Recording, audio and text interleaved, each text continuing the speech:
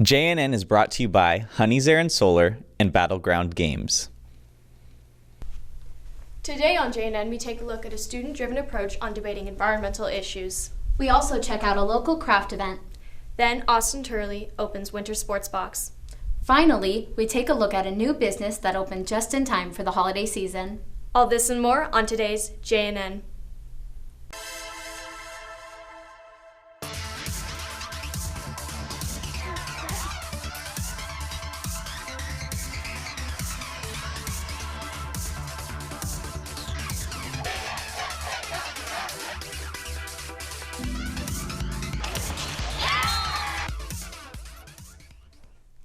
Good morning, Gregory High. I'm Catherine Swartz. And I'm Emma Jacobson. Today is Friday, December 11.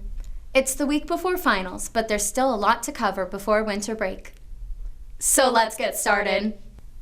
Katie Miranda's APES class shows an approach to the way science can use controversial issues and the way they can be discussed. Lizette Lopez and Mariah Dominguez bring you the story.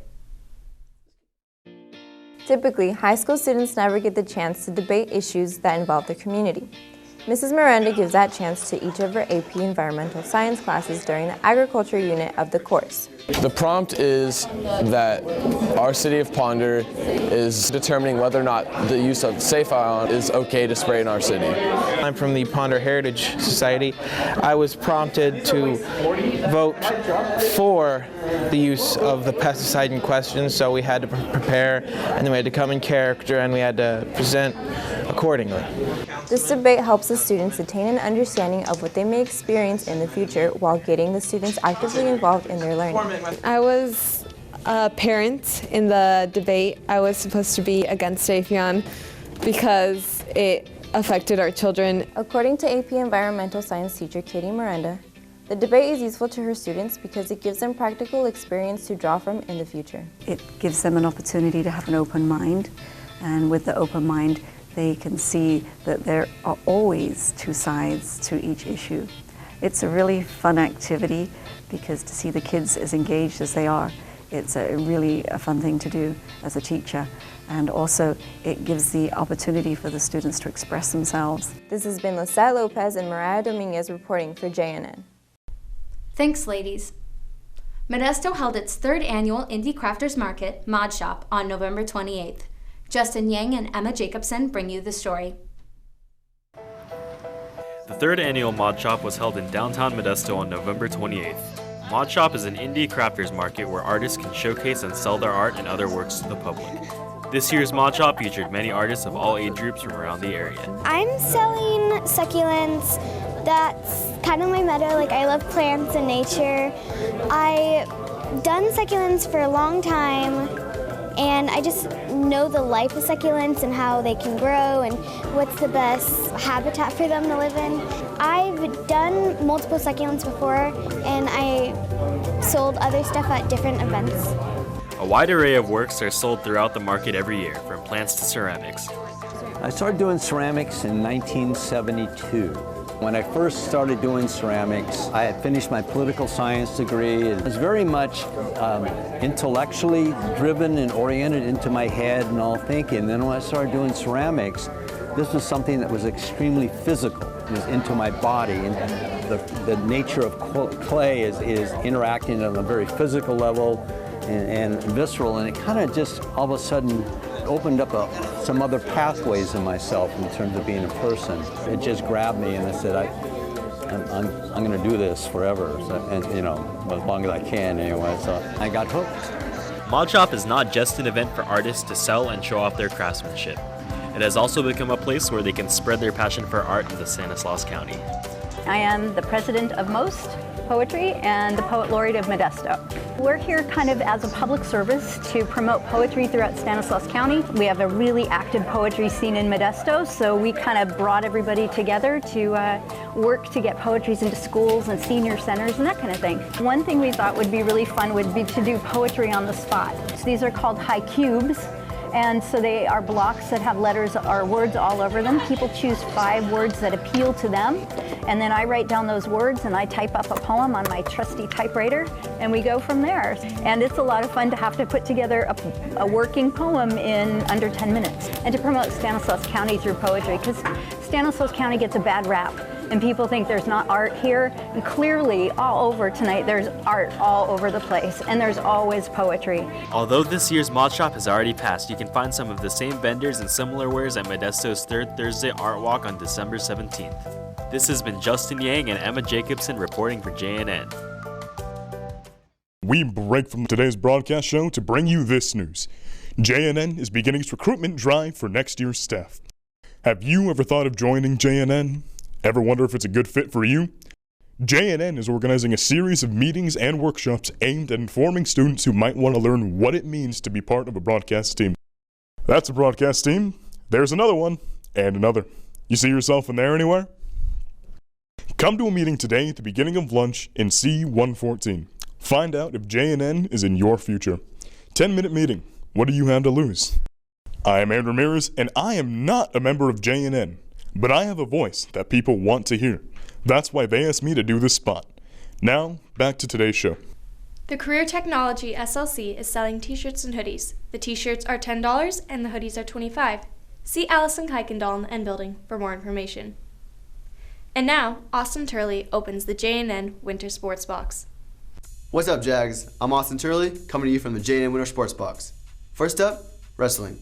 Last week, the Jags competed at the McNair Invitational, where they placed 3rd overall. Yesterday, they wrestled in the BUAC Colony Tournament at Byron. A new coach has taken charge of the wrestling team this year.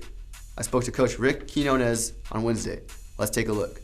I've been wrestling for the last 25 years, coaching for the last 15. My last 10 years I was coaching in Washington over at Vancouver High School. Also doing Greco and freestyle type of wrestling as well off season. Coaching elementary kids as well. I arrived at Gregori, my daughter's a sophomore here, Mallory, and she had said there was an open position that the head coach was going to step down. And she had asked me, hey, am I interested? And I said yes, and applied for the position. Here we are. Coming into a program that is already built, a winning program, it's a big deal. My goal is to invest in the wrestlers and achieve their goals and help the younger wrestlers learn the skills of wrestling. Next up is boys basketball. So far, the boys have competed in the Modesto Classic Tournament, where they finished with 2 wins and 2 losses. This last Wednesday, the boys played against Manteca at home.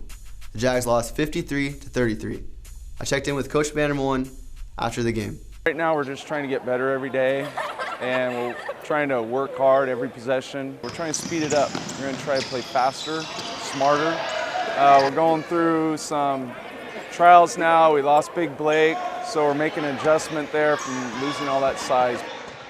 We have the MC Holiday Tournament, which is always a challenge for us, but a highlight. So we play really good competition. It's a really good measure because we get ready to start the conference season.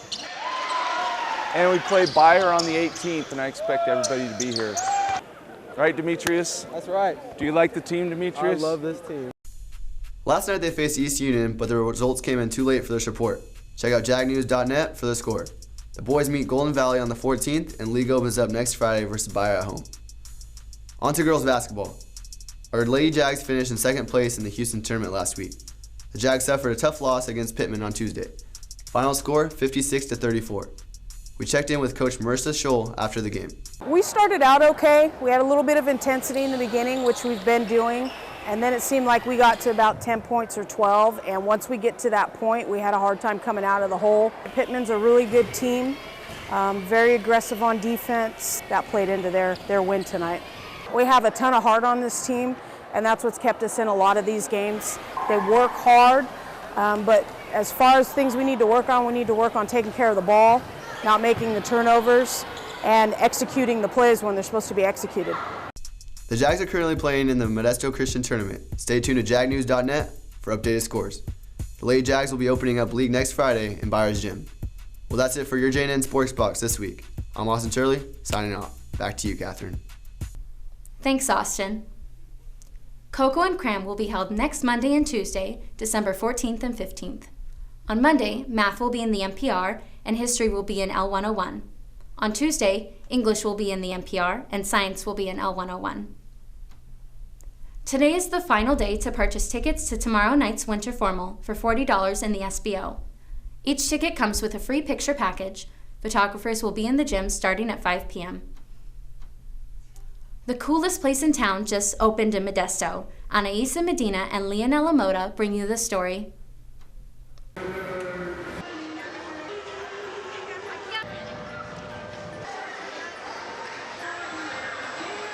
Modesto welcomed a new attraction that opened on November 21st. The last time Modesto has seen an ice rink was in 1976 before it burned down. 39 years later, Jerome and Andrea Murray, along with Troy Accor, opened Modesto on Ice in the city parking lot at 11th and K Street. I'm a teacher and my husband Jerome is in industrial refrigeration, so we just have always felt like there should be some more family-friendly, fun things to do in Modesto. So we kind of combined our skills and we decided to do this. We've been working on it since January. While enhancing the community in downtown Modesto, many people are now drawn to visiting. It is estimated that nearly 40,000 skaters, not including spectators, will visit the rink. Started filling up. People started saying, this is way better than we expected. So just to see people on the ice, smiling, happy, saying this is a great thing for our community. That's made it all worth it right there. I hear already a lot of people saying like, oh, I just came from the movies, or I'm going to go to the movies, or hey, we're going to go get dinner after that. So I think it really helps downtown as a whole because people are down here and then there's other things to do, that they can do, and it benefits everybody. Connor Skustad spends his days at Grigori and evenings working at the ice rink. I work the skate rental, so people come to me, they tell me their size, I take their ID, and then I give them their size. But it also includes checking on bathrooms, picking up garbage, sweeping, being out on the ice, just making sure people are okay, and just talking to people, really. I really like it. It's pretty cool. There's some busy times, but you get to work with kids and stuff. It's really nice.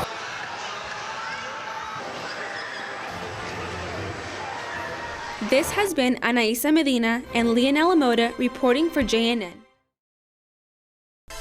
Well, that's it for JNN this year. We'll be back in January. I'm Catherine Swartz. And I'm Emma Jacobson. See you next year.